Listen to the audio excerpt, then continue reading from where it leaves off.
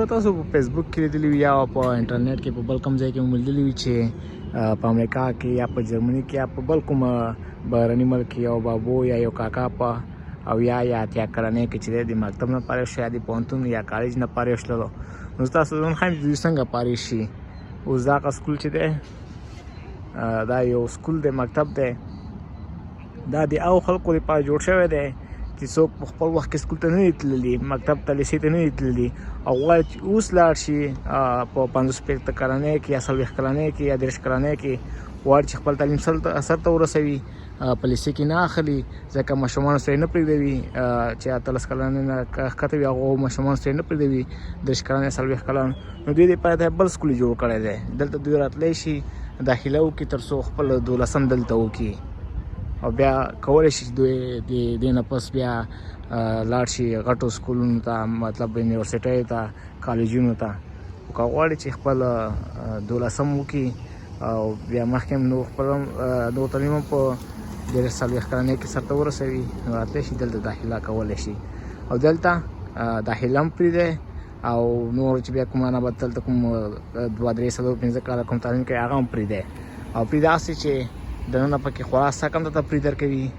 او ورسره کتابچه قلم دا هم پرېږدی او دوی درته وایي چې راشه موقع دی ستا دپاره هغه موقع هم داسې چې ښه فی سبیل الله دی ور پرې درنه نه اخلي بلکې تا دې درکوي که ته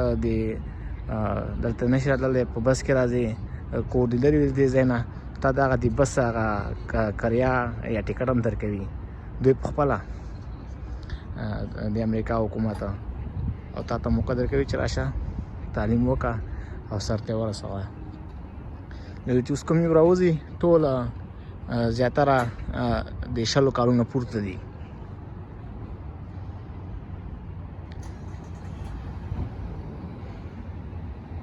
ګور هر سړی موټر کې راغلی او ځینې خلک په بسونو کې راغلي دي نو زیاتره 18 نه پورته دي مطلب لایسنس لري دا باقاعده ورته بس سټاپ هم جوړ دلته راځي بس کې ورته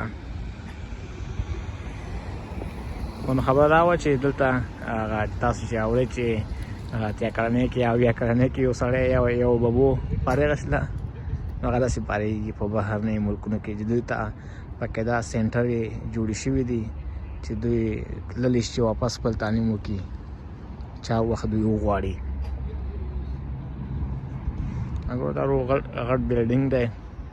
تقریبا دننه پکې 2,500 شاګردان دي دا شاګردان چې په خپل وخت کې نه دی کړی او اوس غواړي چې خپل تعلیم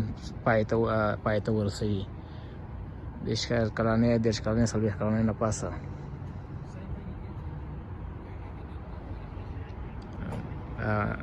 دا امریکا دی او دا ټکساس دی او دا د ښار یا د سکول جرمه دی نو نه یوازې په ټکساس کې بلکې د امریکا په هر ایالت کې داسې ځایونه شته دي چېرته چې ته خپل تعلیم چې څه ټیم وغواړې ته یې سرته رسولی شي.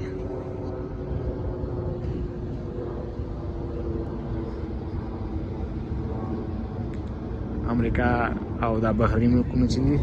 دا د فرصتونو ملکونه دي دلته فرصتونه دي موقع دي چې څه هم کول غواړې او څه ټایم هم کول غواړې کولی شي.